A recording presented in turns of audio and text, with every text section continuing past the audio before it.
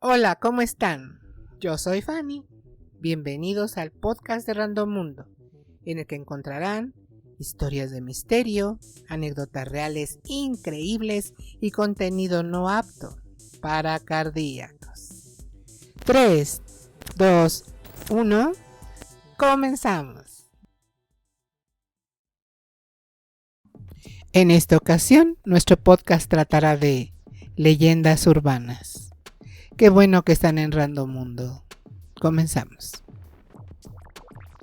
En Mexicali hay un enorme terreno baldío junto a uno de los bulevares más transitados.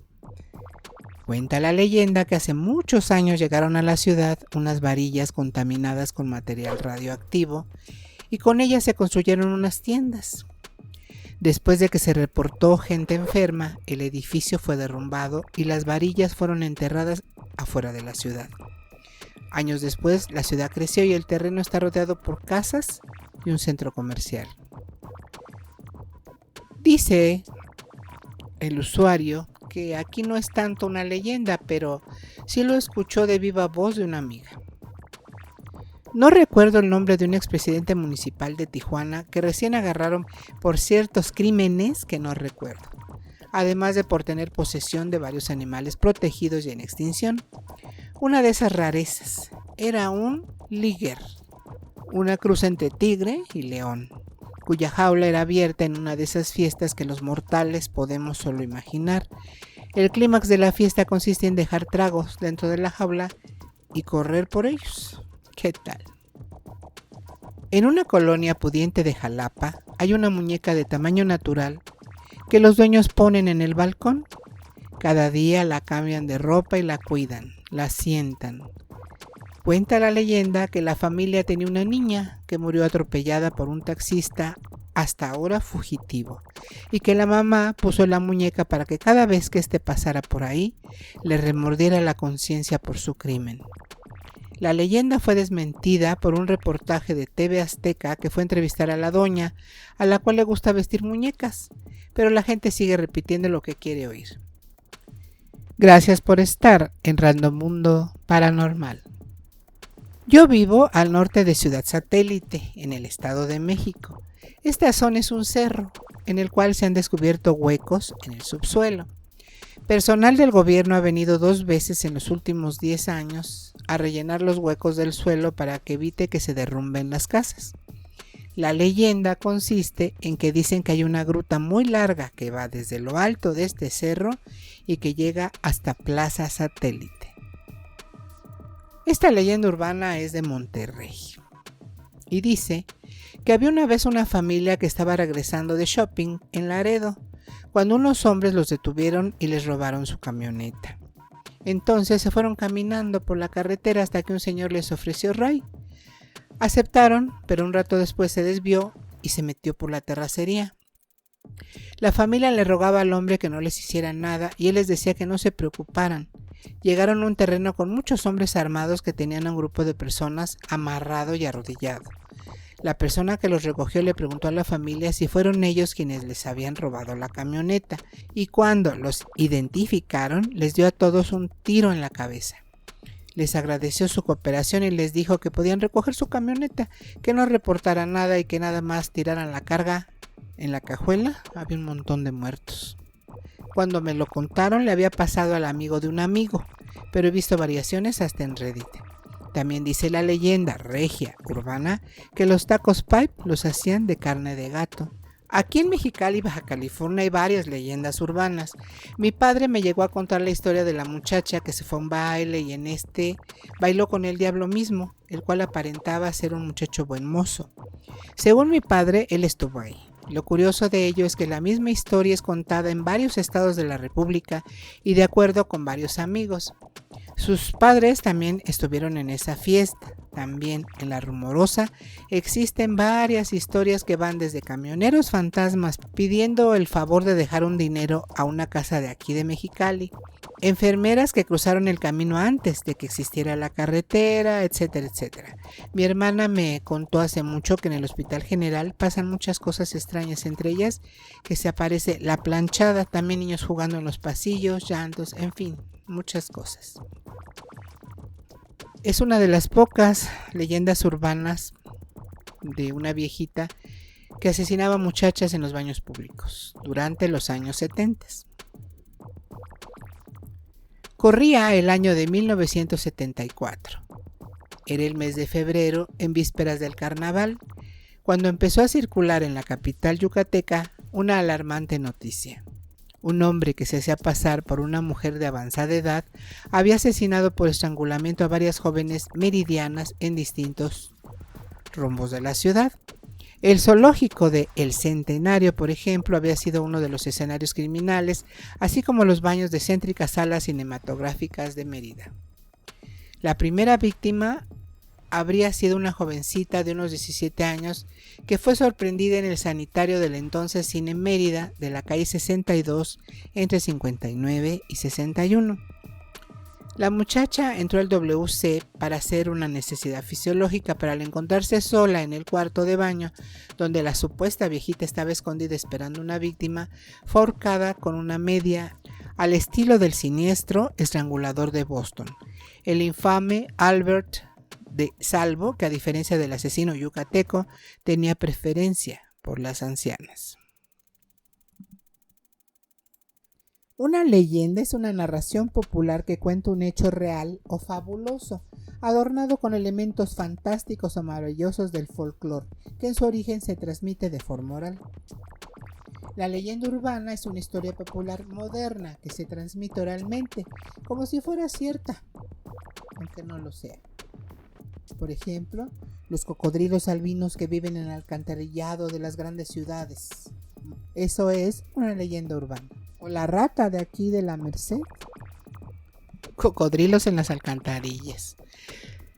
La autoestopista que desaparece al tomar la curva. La canguro que estaba tan ciega que metió al gato en el microondas. No, en realidad nada de eso le ha sucedido al vecino de la hermana de un amigo tuyo y probablemente tampoco le haya pasado nunca a nadie. Son leyendas urbanas, cuentos y creencias populares que, pese a contener elementos sobrenaturales o inverosímiles, se presentan como hechos reales. Se transmiten por tradición oral de boca en boca y van embelleciéndose con cada nueva versión, creando un folclore contemporáneo. Se ceban en la superstición y en el morbo y casi siempre tienen cierta moralina. Si haces tal o si no le haces, te pasará esto. Lleva circulando siglos, adaptándose a los distintos medios de transporte. Consiste básicamente que una mujer hace autostop al borde de una carretera. Un coche se detiene y se sube a la parte de atrás. Al llegar a una peligrosa curva, la autoestopista advierte del peligro. Cuando el vehículo ha rebasado la curva, la mujer ha desaparecido misteriosamente. Luego, el conductor o copiloto se entera de que en ese punto murió trágicamente una mujer. En algunas versiones, la pasajera no avisa del peligro y el coche sufre un accidente y mueren conductor y pasajeros, aunque siempre queda algún superviviente, claro, para poder contar la historia. En nuestro país, la fatídica curva se ubica en el puerto de la Cruz Verde, un paso de la montaña de la Sierra de Guadarrama, y se dice que hay otra curva con su fantasma en el puerto de Galapagar. Hace unos años se hizo viral un video de apariencia casero que espantó a medio Portugal. Estaba rodeado desde dentro de un coche en el que viajaban 3 amigos. El vehículo recogía en mitad de la noche a una joven, Teresa Fidalgo, y sufre un accidente.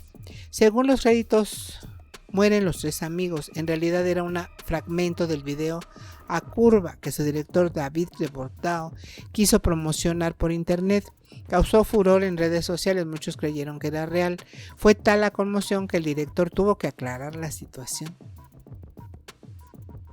La Dama de Blanco. Esta leyenda es parecida a la anterior y también está extendida por todo el mundo. En ella, una mujer vestida de blanco aparece durante un breve periodo de tiempo en alguna zona rural. Su historia suele estar relacionada con alguna tragedia de carácter local. Son mujeres que han perdido a hijos, maridos o han sido víctimas de una traición y su espíritu vaga sin descanso clamando venganza.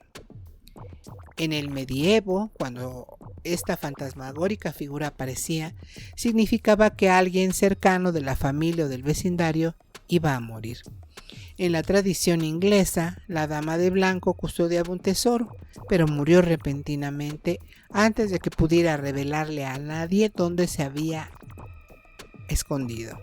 Cuentan que en el siglo XIX la dama blanca se apareció hasta 3 veces al hijo de los dueños del castillo de Blenkinsop, en Northumbria. Pero es cierto que en esa parte de Inglaterra todos los castillos tienen sus leyendas de fantasmas. La dama blanca en Gales también guarda un tesoro. Cuando un hombre tuvo el valor de acercarse a ella, lo recompensó con la mitad. En su avaricia, él se lo llevó todo. Pero obviamente la dama de blanco reaccionó y con sus poderes sobrenaturales mató al codicioso abusón. Los suicidios de Pokémon. En marzo de 1996, tras el lanzamiento de Pokémon Rojo y Verde, en Japón se dieron 104 suicidios de niños entre 10 y 15 años. Algunos se ahorcaron, otros se arrojaron al vacío desde altos edificios, los hubo que se cortaron las venas, que tenían todos en común. Todos ellos, según sus padres, estaban enganchados al juego. Se desencadenó el rumor de que escuchar la música del pueblo Lavanda incitaba a los menores al suicidio. Según esta leyenda urbana, ritmos binaurales de tono alto afectaban el cerebro de los niños, aunque como sucede con el test del mosquito, los adultos eran inmunes a esa frecuencia.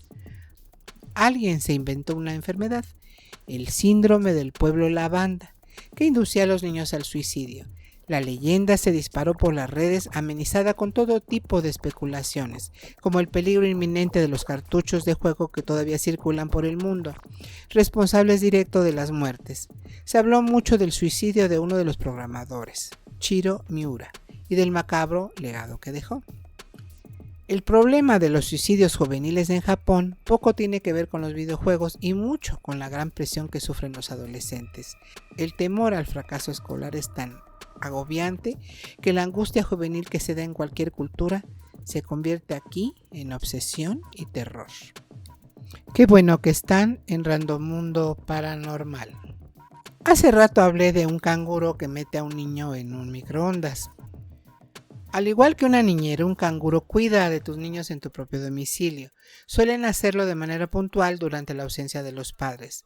Lo normal es que se utilice este servicio por las noches durante los fines de semana y festivos, coincidiendo con las horas de ocio de los padres.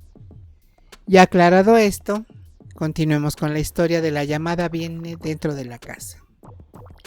En general, esta es la historia de una niñera o canguro que se encuentra en una casa cuidando a unos niños que duermen plácidamente desde hace horas. Empiezan a recibir llamadas amenazantes que en realidad vienen de dentro de la casa. Cuando va a comprobar cómo están los pequeños se encuentra con que han sido asesinados. Luego suele ser ella la que muere. A veces lo que sucede es que la canguro o niñera está tan colocada de marihuana o lo que sea, que cuando le entra hambre mete al bebé de la casa en el microondas o alguna barbaridad simple. Ya he dicho que con cada nueva versión la leyenda se hace aún más monstruosa y disparatada. La moraleja es clara: mujeres, protejan a sus hijos, no los dejen solos. Hay variaciones de esta historia en todas partes, desde Scream hasta los clásicos como Otra vuelta de tuerca de Henry James. Con los avances de la tecnología en telefonía móvil, se espera que la historia devenga en horror basada en WhatsApp o en asesinos que utilizan Tinder para localizar a sus víctimas. Gracias por llegar al final de este podcast. No olviden suscribirse y darme un like, así como visitar el canal hermano Mi Pequeña Espanador, porque si tienes mascotas, te encantará. Nos veremos muy pronto.